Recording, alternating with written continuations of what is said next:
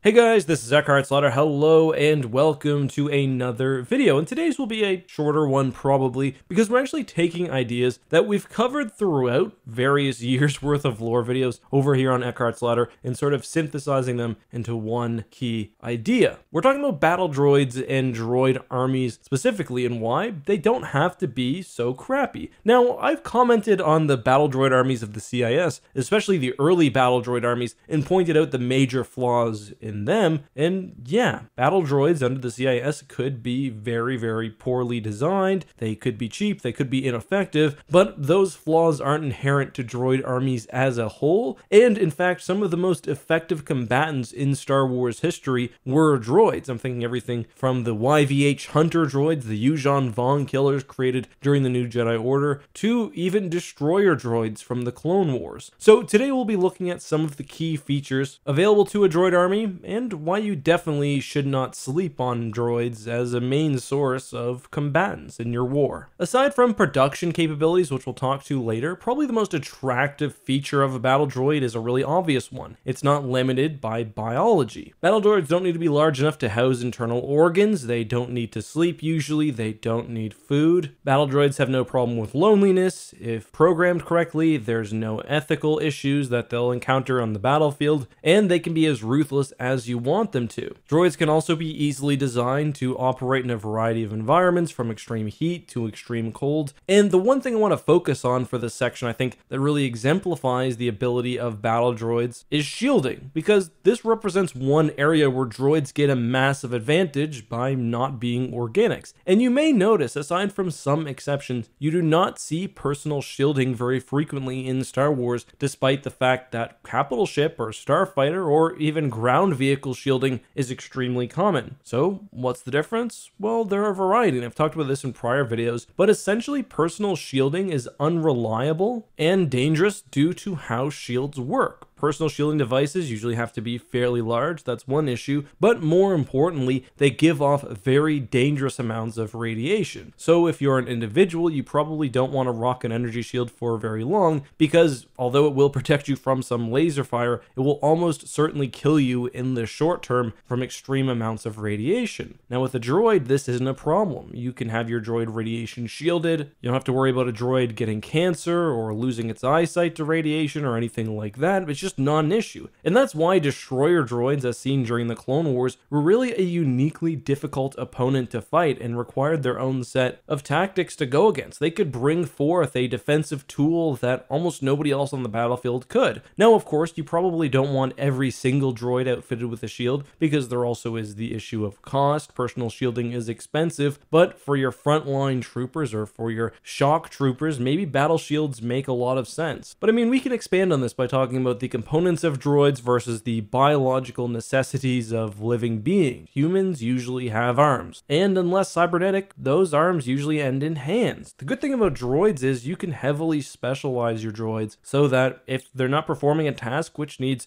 gripping or manipulation of objects, you can just put guns in their arms. That's probably one of the reasons IG-88 was so deadly. Admittedly, he didn't have guns for arms, but his manipulators were designed specifically to hold weapons, and thus he could operate multiple weapons at the same time. His physiology and his programming was so effective that no human, at least no non-force sensitive human, could match his destructive output. And again, that comes to specialization. IG-88 was designed for war and for combat, so he was incredibly effective in that role, operating beyond peak human capacity. Now, of course, can every soldier on a battlefield be an IG-88? Well, no, and this sort of ties into one of the main issues of the CIS's droid army. If you're going to go with specialization, then you need to go with that throughout. Having a battle droid designed primarily for combat, operating in every specific circumstance, doesn't make a lot of sense. What you can have, however, are a variety of droids designed for frontline combat, so, your IG-88-like models, your cheaper grunt units, but if you also want droids designed to fly your capital ships, then you design them completely differently. CIS messed up in this regard because they had battle droids doing everything and and B1s especially were generally incompetent. Maybe that was because their programming was just being stretched way too far. They were probably meant best for frontline combat, following the directions of a more sophisticated droid model, but instead they were expected to do everything. So if you have a droid flying a capital ship, they probably don't need a whole lot of armor. They may not even need a physical body. They certainly won't need weapon attachments like a beefed up B2 battle droid would have. Instead, give them more sophisticated hands so they can manipulate controls, or make them astromech style so they can interface directly with the computer. Even if you do go battle droid army style, where you have, a B1 battle droid operating in a variety of roles, you could still customize it pretty heavily. You can load the programming in to the same shell of a droid so it's performing different roles. Maybe you have a combat B1 battle droid, you have an officer B1 battle droid, a tactician droid, all of which are going into the same bodies but are getting radically different programming. That's at least if you want to go with the mass production, rather cheap style of doing things. Beyond that point, we've also talked about how different roles can be accomplished through different physical attributes. There's no reason why you couldn't have a frame with, for example, arms that can be swapped out. So we talked about how certain droids may need more opposable fingers, where other droids are fine just having guns for their hands. As long as you can produce those parts, you could very easily swap them onto a basic droid body, which is not something we regularly see, aside from maybe the Yuuzhan Vong Hunters, which I've talked about before and were a phenomenal example of a very powerful droid army. Yuuzhan Vong Hunters could have their weaponry swapped out depending on their mission. The YVH droids that participated against the Killik, for example, were known as bug stompers because they were designed specifically to take out Killik nests. So yeah, you can specialize highly just like ordinary armies do. The difference is, as long as you have that programming designed, you don't need to go through the extra training. If you want to make a sniper droid, you just make a sniper droid. You don't have to put it through regular ordinary training, then marksmanship training, etc., etc. That also ties in well to the communicative properties of droids. They can work together unlike most organic beings, those without some sort of group consciousness. They can be guided efficiently by a single source, which is something we see in the Phantom Menace, albeit not done well. But droids operating together in a limited area should almost come under like a battle meditation type of state, like the Yuuzhan Vong had with their war coordinators. Droids can instantly share communication and respond to each other as long as they're not being signal blocked or anything. So if anything, a big array of them working together in a battle should help them out in an efficiency and effectiveness point of view. There's also the fact that droids can be produced en masse and can easily be transported across the galaxy, often more space efficiently than organic beings. The Yuuzhan Vong, for example, are a really good case of this. They invaded the Star Wars galaxy quite successfully, but one of their major downfalls was the fact that they were running out of Yuuzhan Vong warriors. Ironically though, they were actually able to keep up with ship and weapon production just fine because they created organic factories which were pumping out their vessels. Now the Yuuzhan Vong would probably hate me for this because they thought droids were an abomination, but if you're in a war, you could design some sort of way to have mobile factories, and once you secure the front line,